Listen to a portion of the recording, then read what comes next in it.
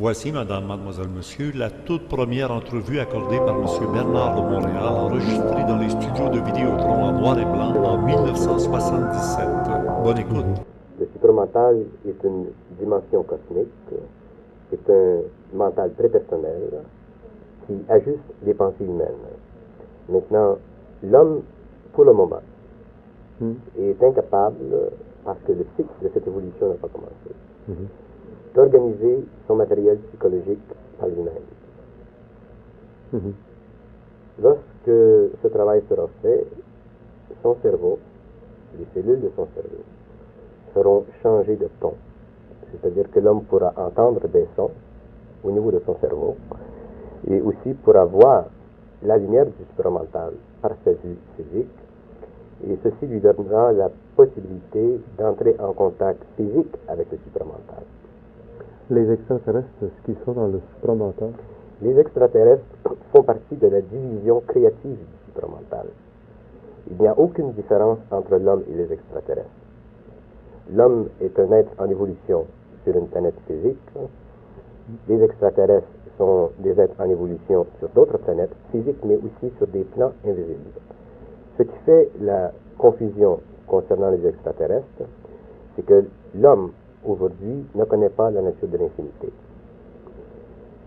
Lorsque les changements vibratoires au niveau de son cerveau seront faits, l'homme pourra comprendre exactement la dimension psychologique des extraterrestres, comme l'homme connaît la dimension psychologique de l'homme. Et c'est à ce moment-là qu'on entre dans la confrontation des idées cosmiques. Les idées cosmiques sont pluralistiques, dans ce sens qu'elles viennent de différents plans et qu'elles affectent l'homme sur le plan vibratoire de son intelligence. L'homme, naturellement, ayant un intellect qui est conditionné par son corps astral, qui est le véhicule lui permettant d'avoir contact avec la forme matérielle, ne peut pas facilement engendrer les ondes nécessaires pour comprendre la pensée interne de son atome mental. Et à cause de ça, il lui devient presque impossible de pouvoir juger avec ce qu'on appellerait concurrence la validité de tout ce qui provient du cosmos. Je vous donne un exemple. Si une civilisation supérieure entre en contact physique avec l'homme, par vibration, ils transmutent, eux, le psychisme collectif humain qui est individualisé dans les neurones de l'homme, qui sont directement attachés à sa mémoire cosmique, dont il n'a aucune prise de conscience, et ils peuvent facilement créer dans son mental inférieur des modèles de temps qui deviennent pour lui de la connaissance. La connaissance est une illusion. L'homme ne peut pas comprendre ça encore parce que l'homme pense.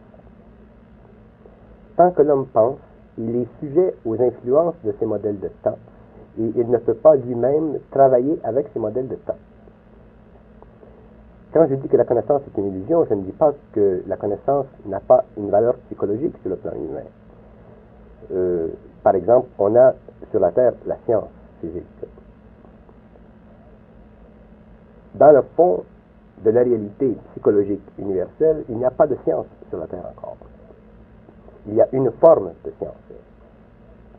Et cette forme de science provient du fait que l'homme, à cause de son corps astral et à cause de sa faculté de penser, qui est une vibration inférieure au supramental, peut facilement corriger les erreurs de la nature et éventuellement arriver à des conclusions pour une projection supérieure de ce développement-là. C'est ça qui a permis le développement de la science. Dans le 21e siècle, l'homme n'aura pas à étudier pour connaître. Il se servira de son cerveau éthérique. Et ce cerveau éthérique-là commandera directement au cerveau physique. Et c'est de là que la science viendra sur la planète. Maintenant, c'est évident que les extraterrestres sont en avance sur l'homme depuis des milliers d'années, parce qu'ils ont compris depuis longtemps la nature même de la connaissance. Si les extraterrestres communiquent par télépathie, ce n'est pas pour rien. Quand on communique par télépathie, on ne communique pas des idées, on communique de l'énergie. L'énergie, elle, éventuellement, devient programmée et elle sert d'enregistrement dans le corps mental inférieur. tant que l'homme ne peut pas communiquer par télépathie, il est incapable de communiquer la nature même de la réalité. Parce que la nature de la réalité se cache derrière la forme. La forme est une collision d'idées, la forme est une programmation d'idées, et elle sert simplement à permettre le début d'une évolution cérébrale chez les planètes, dans les planètes, afin d'éventuellement amener les êtres en évolution à la connaissance de l'infinité. Autrement dit, je dirais que la forme et l'infinité sont frères et sœurs. Si je parle d'infinité, je ne parle pas de symbole, je parle d'un état d'esprit. Parce que l'infinité, c'est un état d'esprit, mais dans lequel tous les aspects de l'homme, tous les niveaux de sa conscience, jusqu'au supramental, sont actifs.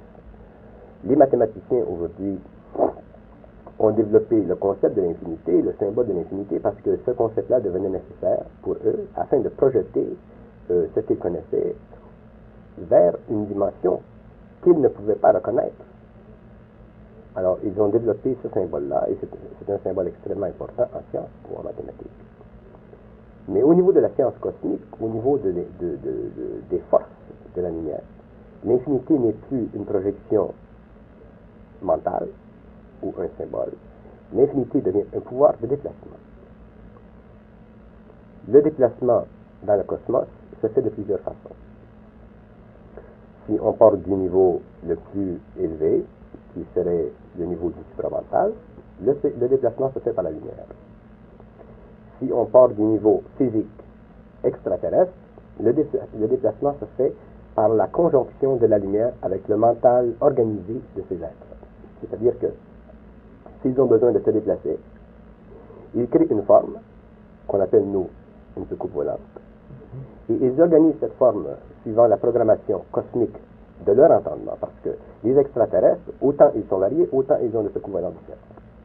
Et ça, c'est normal, parce que dans la nature, il y a de l'ordre. Sur les plans inférieurs, il y a le désordre, mais le désordre provient simplement du fait que l'homme ne peut pas créer l'ordre. Et dans le cosmos, lorsque les extraterrestres ont besoin de se déplacer d'une planète à une autre, ils n'ont pas besoin de passer par l'espace. La plus grande erreur scientifique du XXe siècle, c'est de croire que l'espace est nécessaire pour véhiculer les formes et aussi pour engendrer le mouvement. En science, on croit que le mouvement, c'est la relativité en relation avec un élément de temps, de la forme qui se déplace. Ce n'est pas ça. Le mouvement, c'est une illusion. Et dans le cosmos, il n'y a pas de mouvement. Il y a simplement une vibration. Et c'est cette vibration qui crée ce qu'on appelle le mouvement. Pour percevoir le mouvement, il faut avoir certains corps. Alors, suivant qu'on a tel corps ou tel corps, on a du mouvement. Si on change de niveau vibratoire, on change de corps. Et ce qu'on appellerait le mouvement sur un plan intérieur devient sur l'autre plan une instantanéité. Alors, pour répondre à la question d'un certain nombre de scientifiques, comment est-ce possible que les extraterrestres partent d'une planète qui est à des millions d'années-lumière et viennent ici? La réponse elle est très simple, c'est qu'ils ne se servent pas de l'espace pour voyager. Lorsque les scientifiques auront compris ça, à ce moment-là, ils auront compris la science, ils seront dans la science. Et ce que l'on parle aujourd'hui deviendra simplement une antiquité. Ils se servent finalement du temps. Ils voyagent dans le temps. Mais quand je dis dans le temps, je dois l'expliquer en relation avec la connaissance qui est dépassée. C'est-à-dire que tous les concepts humains, quels que soient ces concepts, sont sujets au conditionnement humain. Si je demande, par exemple, excusez-moi, si je demande à quelqu'un, qu'est-ce que c'est de l'espace? Qu'est-ce que c'est du temps?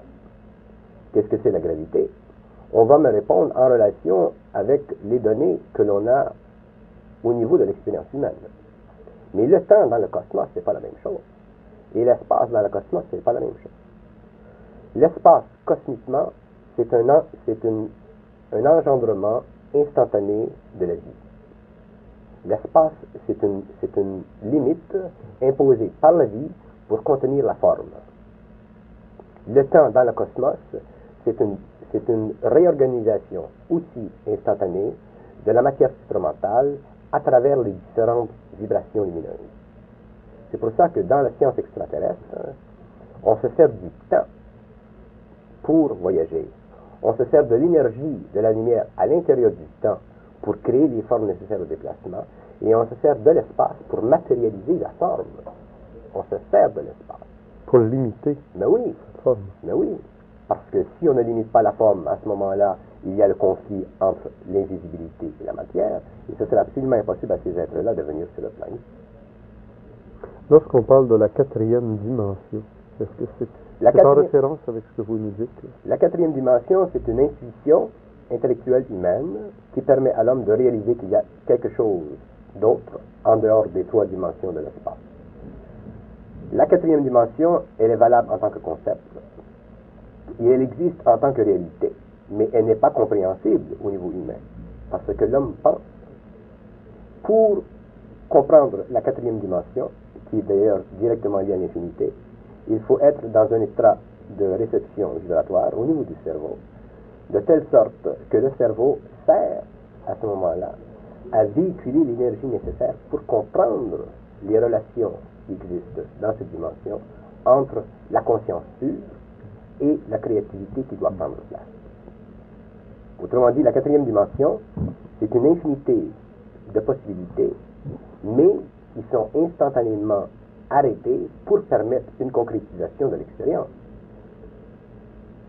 Le problème de l'homme aujourd'hui, je dis problème dans ce sens que l'homme ne peut pas encore voir ou comprendre, c'est que tout ce qui existe en dehors de la conscience humaine, quand je dis la conscience humaine, je dis de la conscience intellectuelle de l'homme, tout ce qui existe en dehors de cette conscience ne peut lui parvenir que par intuition.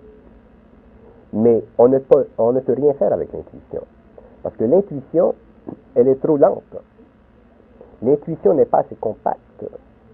Et la raison pour laquelle elle n'est pas assez compacte, c'est parce que le corps mental humain n'est pas en harmonie vibratoire totale avec le supramental, qui est la conscience universelle, qui est ce que les gens appellent la conscience cosmique. C'est très facile à l'homme de se buter, sans le savoir, et avec de bonnes intentions, à l'influence des mots. Tant que l'homme se sert de mots pour comprendre, il ne peut pas comprendre, parce qu'il n'y a rien à comprendre.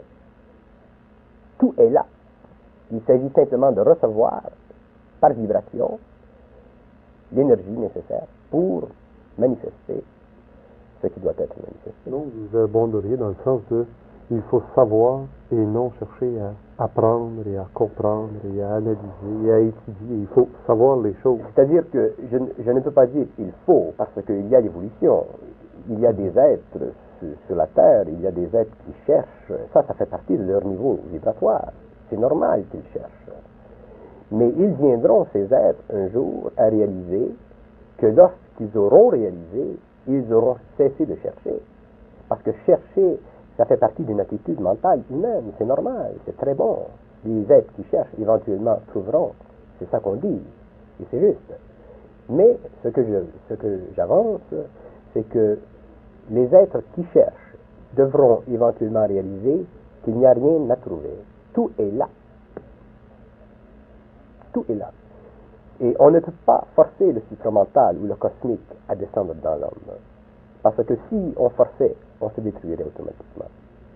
Si un homme est programmé pour entrer en vibration harmonique avec ses forces, dans cette vie, ça se produit.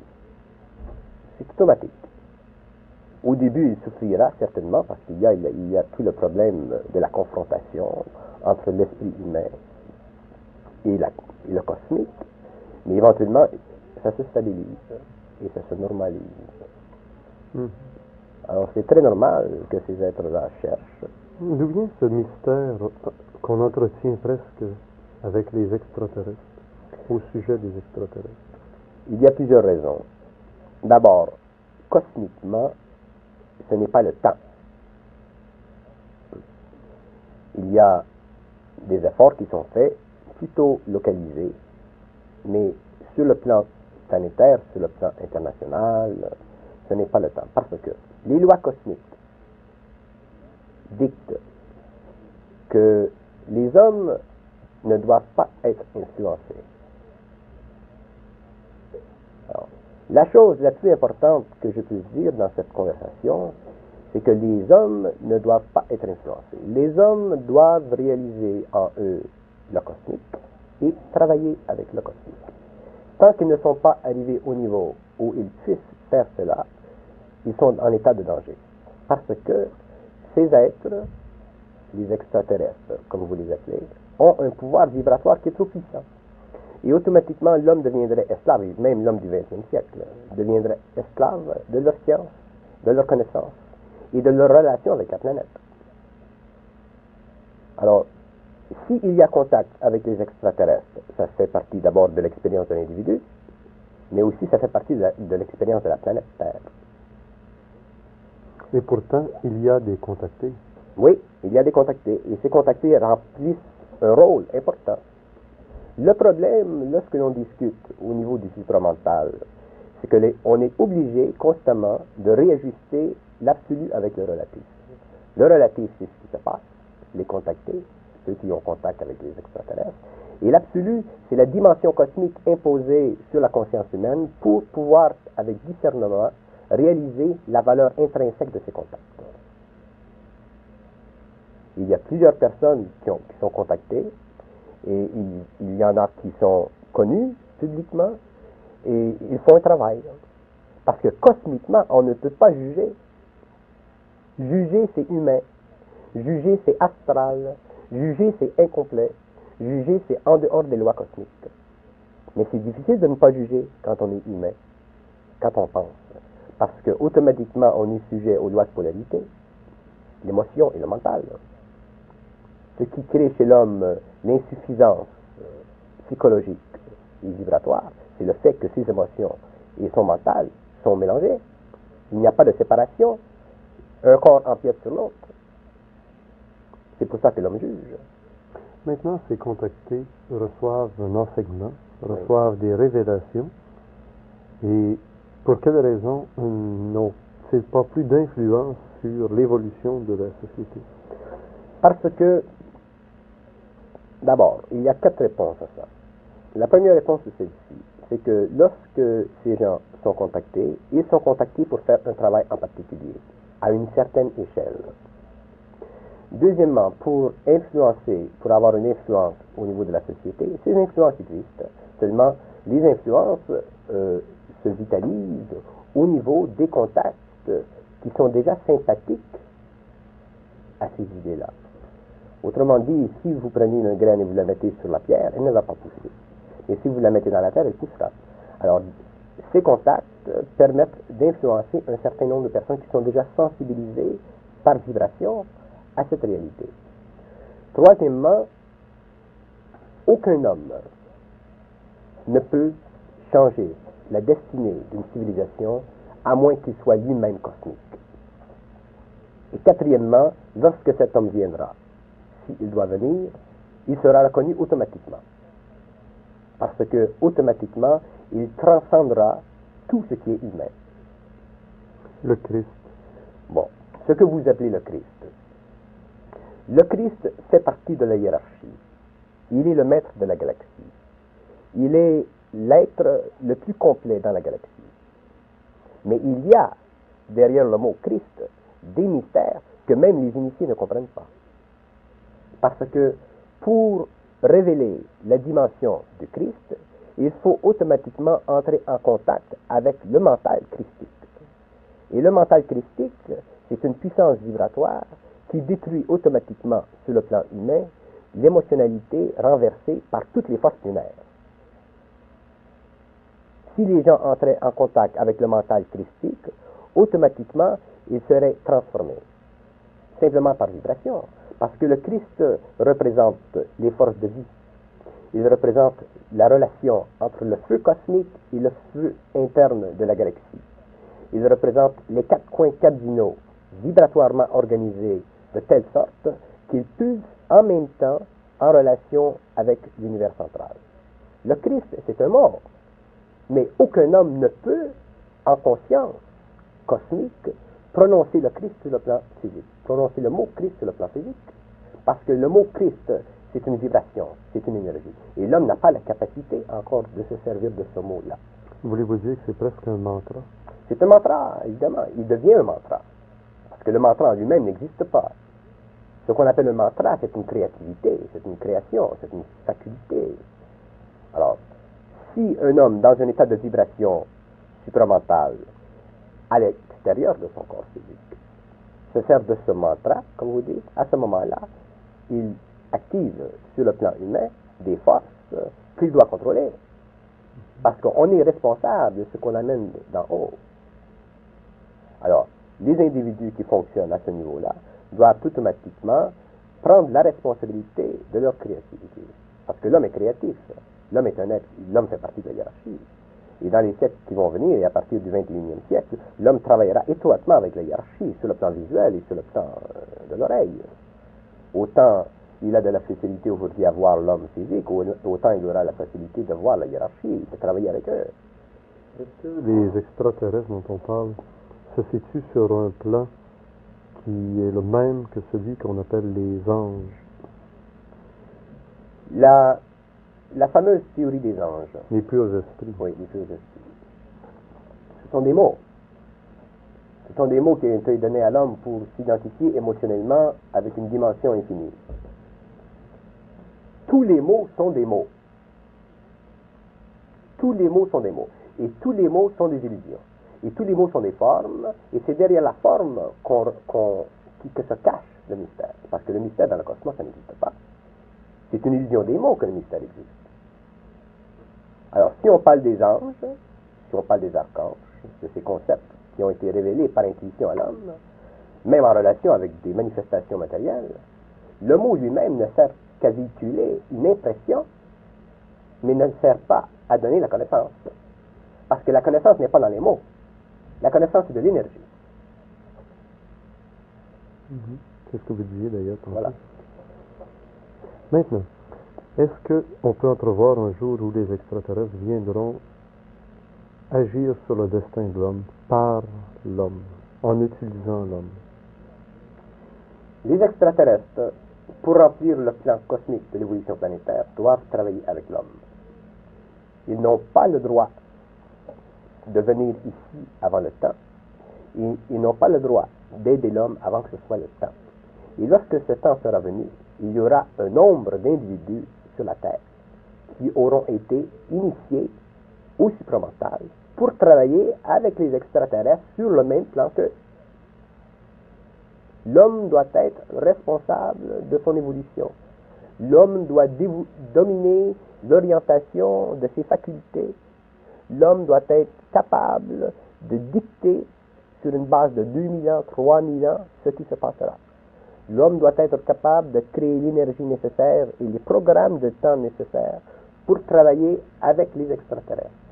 Parce que dans le cosmos, tout est un. D'accord, il y a la hiérarchie, ce qu'on appelle la hiérarchie dans les textes ésotériques. Mais qu'est-ce que ça veut dire, la hiérarchie? La hiérarchie veut dire qu'il y a de l'intelligence située dans différents temps. Et ces intelligences situées dans différents temps ont différentes fonctions. Mais sur le plan de la personnalité, il n'y a pas de différence. Aucune. Vous parlez exactement comme Adamski, comme Claude Vorion, ou comme tant d'autres qui ont eu des contacts. J'aimerais vous demander ce que vous pensez, puisque le public se pose encore des questions sur le cas Vorion, et est-ce que vous auriez une opinion à émettre? Tous les individus qui ont été contactés d'une façon ou d'une autre sont en relation avec un niveau de vibration. Ce niveau de vibration détermine jusqu'où ils peuvent aller dans leur influence. Pour distribuer sur le plan physique une information quelconque qui est liée aux archives, ça nécessite automatiquement une transmutation de la personnalité humaine. C'est-à-dire que le côté humain doit être amené à un état éventuel de pré-personnalisation. Et à ce moment-là, que ce soit Adamski ou que ce soit Vorillon, tous ces individus-là ont une fonction messagère à faire et ils la remplissent suivant leur capacité vibratoire. Et moi, je ne peux pas d'aucune façon situer un homme par rapport à un autre. Vous ne jugez pas. Non, je ne peux pas. Parce que juger, c'est une illusion, pour moi. Et c'est une incapacité vibratoire. Et juger retarde l'évolution. Parce que chaque homme remplit un rôle. Mais sur le plan humain, il s'agit de mettre en parenthèse des aspects de l'évolution qui doivent être comprises pour que l'homme ou les individus qui se spiritualisent, qui avancent vers une destinée quelconque, mais qui n'ont pas encore le discernement, puissent dépasser les obstacles subjectifs, psychologiques de certaines révélations. Voyons dans le cas présent, c'est peut-être un cas particulier de ça. Ce que Vorillon dit, ce qu'il révèle au public, a une importance capitale. Comment l'individu dans le public réagit à Vorillon, ça c'est une autre chose. C'est à ce point-là que je situe mes activités. Autrement dit, il y a plusieurs façons de réagir ou de comprendre ou de voir ce qui peut être révélé par un type comme Vorillon. Mais il y a seulement un état qui doit être développé pour pouvoir agir en relation avec ça d'une façon totalement prépersonnelle. Sans ça, il y a un bouleversement qui se produit. Il y a des esprits humains qui ne sont pas prêts à entendre Vorillon. Il y a des esprits humains qui sont prêts à l'entendre. Il y a des esprits humains qui ont dépassé Vorillon. Alors, ça dépend où on se situe. Le problème présentement avec l'ésotérisme, disons, je situe l'ésotérisme au Québec, malgré que c'est la même situation dans le monde, c'est que les gens croient que c'est dans l'ésotérisme que se loge la vérité. Et ça, c'est une illusion. L'ésotérisme, c'est simplement un aspect de la réalité manifesté sur un plan quelconque pour que cette connaissance puisse être absorbée par le psychisme humain. L'homme, éventuellement, saura. Et quand on sait, on sait. Et quand on sait, on sait. Ça ne se discute pas savoir parce que c'est un état. Maintenant, votre rôle. Parler de rôle, c'est... Bernard est quand même pas connu par la population générale. Et pourtant, vous agissez sûrement sur les couches cachées, occultes. Oui, pour moi, c'est plus facile. Parce que d'abord, je dois me situer à ce niveau-là.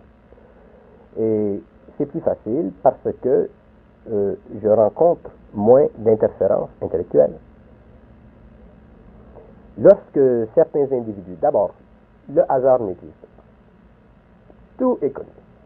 S'il devient nécessaire que je rencontre telle personne ou telle personne, je les rencontre. Je vous ai rencontré. On se rencontre. Tout, c'est un. Mais il y a le temps. Moi, je travaille avec le temps. Je peux attendre 15 ans pour un mouvement. Et lorsque ce mouvement est fait, il en engendre d'autres. Mais pour travailler d'une façon occulte, comme vous dites, il faut être totalement prépersonnel. Parce que si on est personnel, si on est subjectif, si on est... Autrement dit, si le moi fonctionne par lui-même, au lieu de fonctionner avec le moi cosmique, à ce moment-là, on a de la tension, on fait de l'anxiété, on a des désirs, on est pressé, on veut bouleverser. Il n'y a rien à bouleverser. Le mouvement se fait. Et je me situe sur le plan du travail, disons, derrière les voiles, parce que je peux plus facilement travailler là, et aussi parce que je ne retarde pas le travail des autres. C'est très facile de retarder le travail d'un homme. Mais sur le plan cosmique, c'est impossible, on n'a pas le droit. Recevoir des messages, est-ce que c'est devenu une fonction bénéfique dans votre vie de tous les jours, ou est-ce que c'est devenu quelque chose de lourd, de pesant, une croix à porter? Dans mon cas, ce que vous appelez des messages, c'est un mot, le message. Il y a une intégration du mental humain avec le mental supérieur. C'est simple. C'est une intégration, c'est une fusion. Alors pour moi, c'est une seconde nature, c'est normal. Et, ça peut se produire n'importe quand, n'importe où. C'est permanent. D'ailleurs, je ne peux pas penser. Je ne pense pas. J'ai toujours la tête vide. S'il se passe ce que vous appelez de la pensée en moi, c'est de la communication, on se parle. Mais naturellement, lorsque le contact s'est fait en 69, ça a été très pénible sur le plan vibratoire, parce que les corps sont bousculés. L'émotionnel humain, le mental humain est bousculé. On perd la faculté de mémoire. La mémoire, ce qu'on doit savoir, ce qu'on doit dire, les mots, ils viennent quand ils viennent, à part ça. Quand c'est le temps. Ben oui. On ne peut plus étudier, on ne peut plus lire, on peut le faire, mais c'est simplement pour une relaxation, pour voir ce que l'autre dit. Mais il n'y a plus de recherche. Autrement dit, la faculté normale de l'homme, disons surtout au XXe siècle, où on a tendance à étudier, c'est éliminé. Alors, c'est une permanence du supérieur dans l'inférieur. C'est une fusion et il y a un moment où il y a un équilibre qui se fait entre ces deux niveaux d'énergie-là, et c'est là qu'on souffre.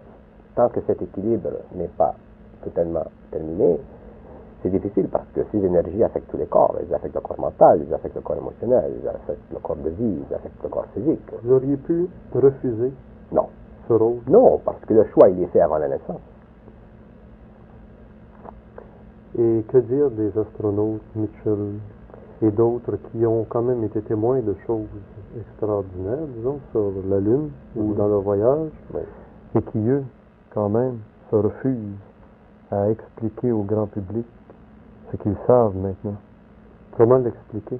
Les astronautes, il faut comprendre que les astronautes sont des individus qui ont été hautement développés en sciences contemporaines, intellectuelles, et leur expérience spatiale a créé chez eux un changement vibratoire du corps astral. Et ce changement vibratoire du corps astral a créé naturellement un changement vibratoire au niveau du corps mental. Et c'est normal qu'après l'expérience, ils soient revenus avec un changement de personnalité autant extérieur qu'intérieur. Et ces gens-là, si ces gens-là avaient été initiés directement par le supramental, à ce moment-là, ils seraient allés à la Lune, ils seraient revenus. S'ils avaient vu des extraterrestres ou quoi que ce soit, ils auraient agi en relation avec le supramental. Parce que si on travaille, moi je vous donne un exemple, si je voyais une soucoupe volante, comme vous appelez, j'aurais soit la capacité ou l'incapacité de rendre mon expérience publique. Exactement ce qui se produit dans le cas de tous les contactés. Voilà. On n'a jamais de preuves tangibles de leur contact. Ou très peu. Oui. Alors, ces bonhommes-là, ces Américains, Armstrong, l'autre, ce sont de grands bonhommes. Ils ont fait beaucoup au niveau de la science matérielle. Mais ils ont eux-mêmes eu des contacts avec les soucoupes volantes. Oui, c'est juste. Et pourtant, ils tiennent le tout caché. Ou relativement, disons. Il y a des fuites de temps en temps. Oui, il y a des fuites, il y a des conditions psychologiques aussi qui leur sont imposées au niveau du gouvernement, et des choses comme ça. Il y a des structures, ça c'est normal. Quittons les États-Unis pour revenir au Québec. Et le Québec est-il vraiment une mecque actuellement des esprits évolutifs de la planète? Parce que c'est ce qu'on me dit, aussi bien de Russie que d'Europe que d'Orient, que le Québec se trouve à être présentement et d'ici quelques années le centre d'attraction des forces cosmiques pour l'évolution de l'humanité. J'aimerais un jour faire une émission simplement sur le Québec. Il y a énormément de choses à dire.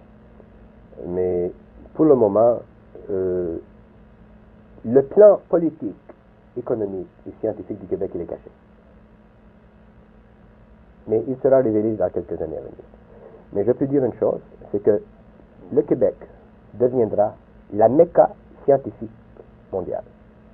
Comme on a en Suisse, la Suisse est la Mecca de la finance, Québec deviendra le centre scientifique mondial. Tous les changements qui se font présentement à Québec au niveau politique et tout ça, ce sont simplement des aspects extérieurs de ça. C'est une réorganisation pour donner à Québec une certaine identité. Mais la masse, même le gouvernement, ne réalise pas que éventuellement le Québec aura une importance capitale dans l'évolution des sciences et aussi dans la diffusion des connaissances scientifiques. Qui élèveront, j'imagine, la conscience universelle. Oui, parce que tout s'avance. Tout s'avance. Lorsqu'une planète reçoit la science, la conscience de la planète, c'est normal. Il y a des restrictions. Je n'ai pas la liberté de parler en public comme je pourrais discuter privément concernant certaines choses, disons, concernant le Québec. Mais parce que les équilibres doivent être respectés. Il ne faut pas bouleverser, il ne faut pas être réactionnaire, il ne faut pas être révolutionnaire. C'est une illusion, ça. Il faut respecter le domaine de l'homme, il faut respecter les idées de l'homme, il faut respecter les efforts de l'homme, quel que soit son niveau de compréhension.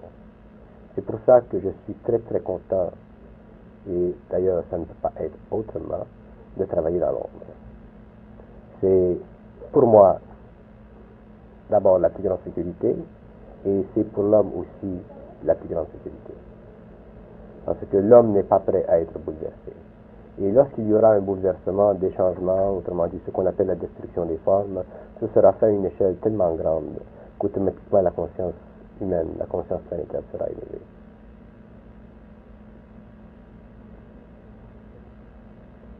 L'intervention disons le mot extraterrestre, dans l'évolution politique de la planète, s'est manifestée à quelques occasions pour nous éviter même des guerres mondiales dans les années 69, 70, 73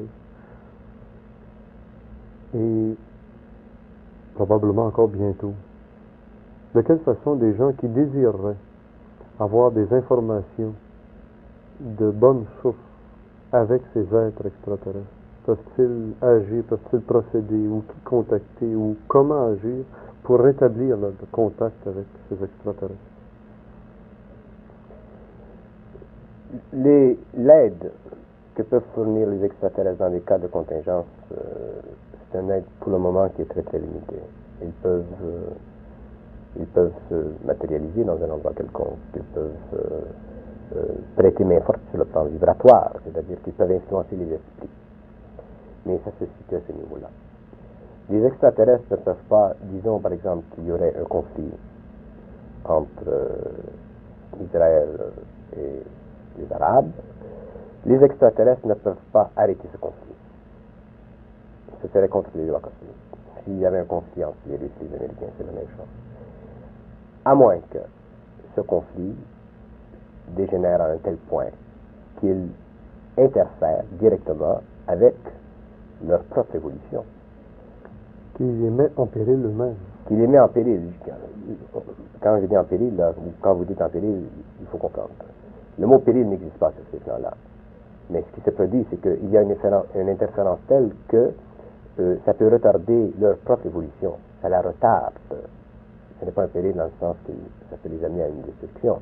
Mais ça retarde leur évolution. Et à ce moment-là, ils doivent intervenir.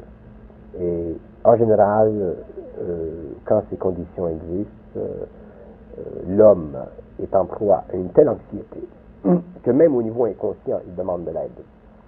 Par le truchement de la prière, c'est un exemple. Quand l'homme prie Dieu, il émet des vibrations. Ces vibrations sont captées. Je ne veux pas pour le moment entrer dans ce domaine. Mais je peux dire que lorsqu'il y a chez l'homme de la bonne volonté, il y a sur les autres plans une réception de ces vibrations. Et à ce moment-là, si la bonne volonté résulte d'une incapacité de souffrir plus d'une situation physique, là, ils peuvent entrer en communication. Et à une échelle très vaste, à une échelle mondiale. Les extraterrestres ont déjà soulagé des êtres humains de cancer. Oui.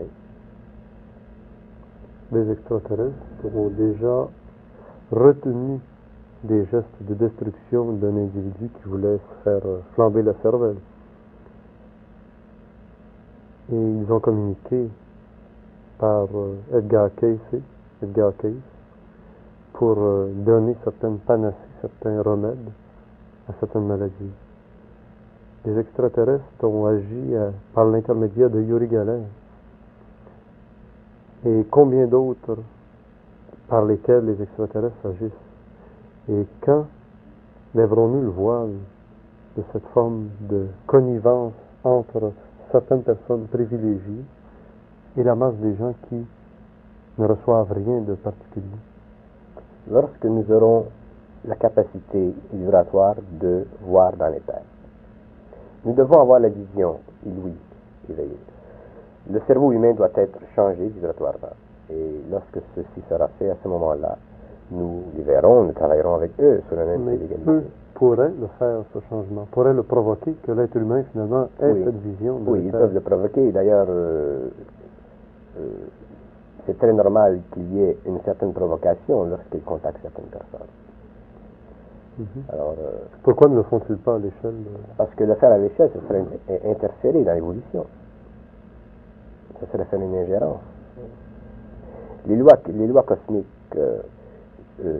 dictent que les êtres en évolution, à cause de leur libre arbitre, parfaisent leur rôle. Si l'homme est inconscient et s'il agit avec inconscience, s'il fait de la tuerie ou quoi que ce soit, ça fait partie de l'expérience de l'homme. Et les lois dictent que l'homme doit passer par cette expérience pour permettre l'évolution de l'homme. Sans ça, ce serait naturellement plus rapide, il y aurait une évolution beaucoup plus grande, mais les plans d'évolution sont... Ça, c'est un désir humain. Alors, tout désir humain qui est positif engendre naturellement une sorte d'anxiété, même si le désir est positif. D'ailleurs, c'est justement pour ça. Il y a énormément de gens spirituels, sensibles, qui souffrent du temps, qui ont hâte que ça se passe. Mais ça, c'est de l'humain. C'est vivre dans le temps psychologique humain. C'est un désir. Mais si ces gens-là étaient en confrontation avec d'autres niveaux, ils perdraient la carte. On ne réalise pas jusqu'à quel point on est incapable de pénétrer ces mondes sans une certaine préparation. D'ailleurs, lorsque le contact avec les civilisations supérieures se fera à l'échelle mondiale, l'humanité sera bouleversée temporairement, même si le produit de cette confrontation sera très positif, parce que l'homme est très astral. L'homme va sentir qu'il perd quelque chose. Et dans toute transmutation cosmique, il y a la perte de quelque chose pour gagner autre chose. Si vous montez une échelle, vous devez laisser le bas de l'échelle pour entrer en haut. Vous ne pouvez pas être sur les deux en même temps. Il faut perdre un pour aller à l'autre. Puis plus tard à regarder d'en haut. Au niveau de l'expérience humaine, c'est la même chose.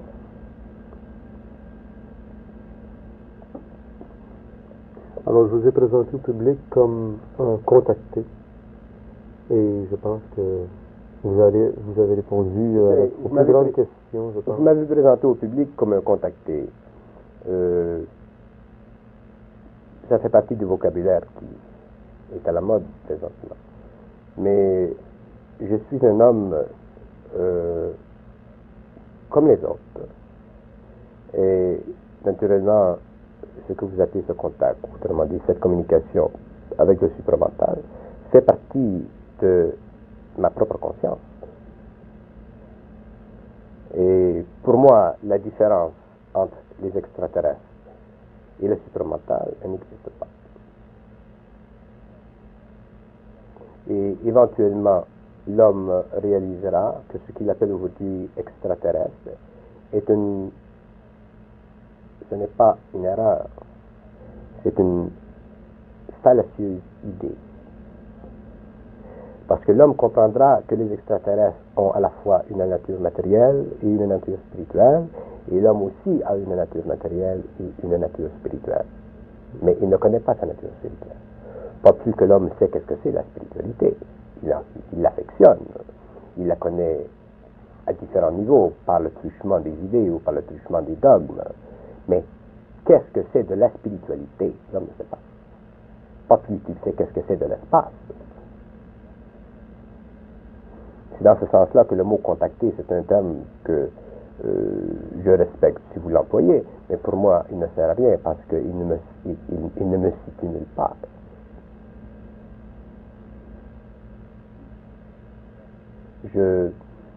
J'offre en public ce qui passe, et c'est tout. Le reste, c'est de la foutaise. Ce sont des mots. Encore une fois. Oui. Pour moi, les mots n'ont aucune valeur. Ils servent simplement à véhiculer de l'énergie.